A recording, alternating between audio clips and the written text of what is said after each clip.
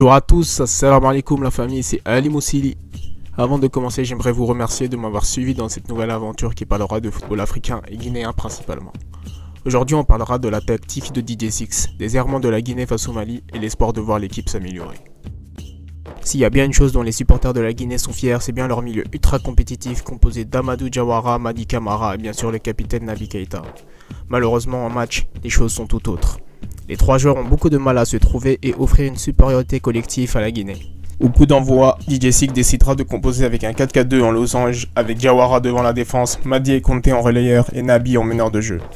Le sélectionneur veut asseoir sa domination au milieu de terrain avec la technique du quatuor, mais l'équipe trouvera d'énormes problèmes pour construire et à la relance. Le Mali va chercher la Guinée très haut. Amadou Diawara décroche très bas pour tenter de sortir du pressing. Malheureusement, son positionnement ne lui permet pas d'avoir un temps d'avance. Amadou décide donc d'avancer pour faire reculer la ligne de pression malienne et donc d'offrir de l'espace à ses défenseurs. Malheureusement, Ali Keita ne comprendra pas le mouvement et balancera le ballon. Amadou Diawara se rend disponible et offre une intervalle de passe à Conté, ce qui pourrait offrir une bonne opportunité dans l'espace gauche, mais Conté décide de repasser le ballon en retrait. Dans la séquence suivante, Diawara ne mange pas l'espace qui pouvait offrir une solution facile à Mohamed Ali Camara. Le joueur de la Roma facilement prenable, Camara recule également. Le ballon désormais dans les pieds d'Ali Keita, il ne se voit proposer aucune solution intéressante due au mauvais déplacement de Diawara et à un Ibrahima Conté frileux qui ne prend pas la largeur gauche, pourtant libre.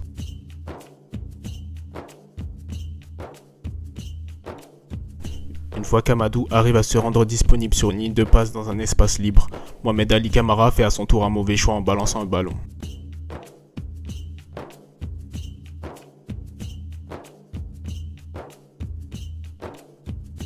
Ici, Amadou Diawara propose une solution facile à Ali Keita. Il a un temps d'avance sur ses adversaires, il pourrait facilement utiliser la largeur avec Ibrahima Conté. Malheureusement, à cause d'un contrôle superflu, Ali Keita balancera le ballon.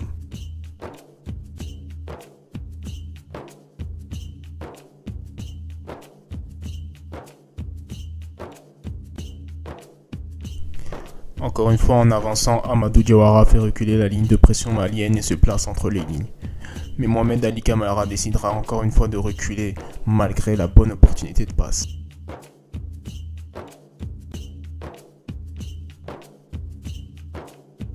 Dans la séquence qui suit, on constate qu'il y a un problème dans la zone gauche guinéenne. Isega Silla est trop haut et Madi Camara reste cloîtré dans l'axe en n'offrant aucune largeur, ce qui permet aux Maliens de marquer facilement ses adversaires.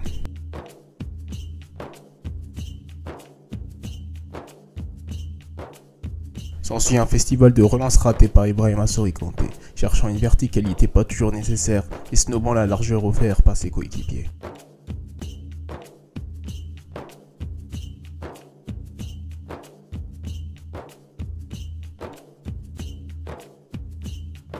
Voyant les débords de sa défense pour relancer proprement, Naby Keita a dû à de nombreuses reprises redescendre pour trouver des solutions.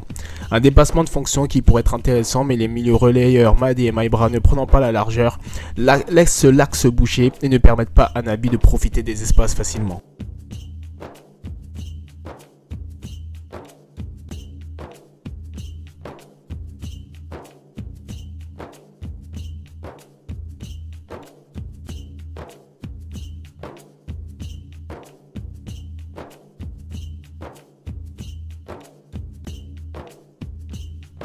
Une nouvelle preuve du manque de compréhension des joueurs guinéens, Maïbra ferme l'intervalle de passe de Madi Camara qui pouvait offrir un boulevard à Naby Camara. Au lieu de ça, le mauvais contrôle de Maïbra offrira un contre au Mali.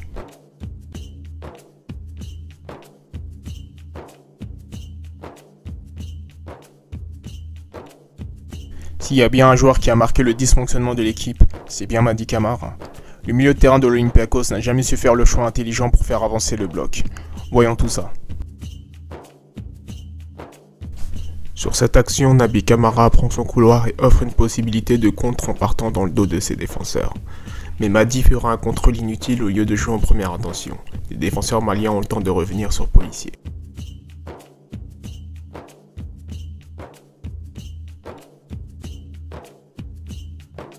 Ici Madi a deux solutions, tenter de rentrer à l'intérieur et trouver Nabi ou Seydouba, ou jouer en première intention à gauche sur Maïbra, avec un potentiel triangle avec Isiaga qui monte. Il ne fera aucun des deux, il continuera à porter le ballon inutilement et il sortira en touche.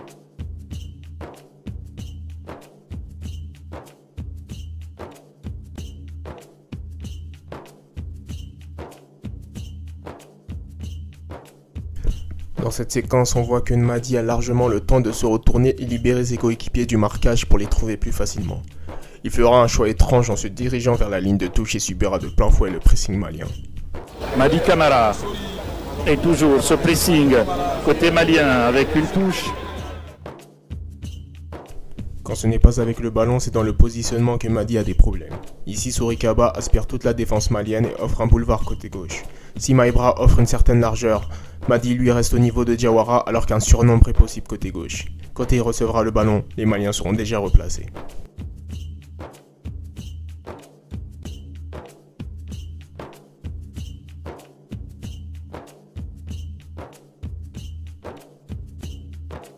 Deuxième mi-temps, DJ Six optera pour un 4-3-3 et les entrées de Morley Sylla et Mamadou Kane changeront beaucoup de choses. Les déplacements intelligents de Kane offriront beaucoup de solutions à la relance entre les lignes pour les défenseurs. Les transitions seront beaucoup plus rapides et intuitives, une volonté intégrale de poser le ballon, ne plus balancer et jouer en une touche.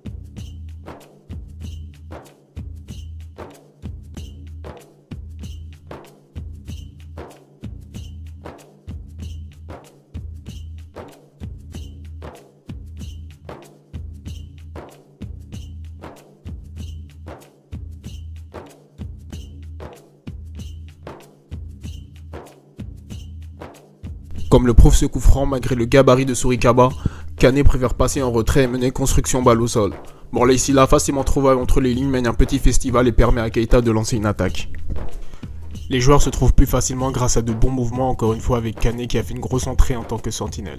Le milieu de 23 ans du Nachibaku, par son sens du déplacement, arrive à déstabiliser le bloc adverse, offre des espaces à ses défenseurs et permet à l'équipe de remonter.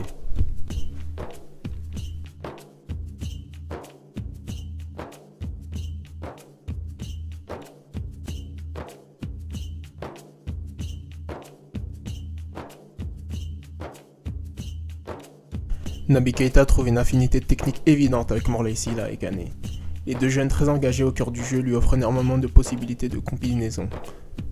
L'intelligence et l'activité de Morley Sylla ont fait un bien fou au milieu guinéen. Par ses permutations, ses déplacements et sa technique, Sylla offre une supériorité collective à la Guinée. Les Maliens ont reconnu des misères pour contenir le meneur de Orea.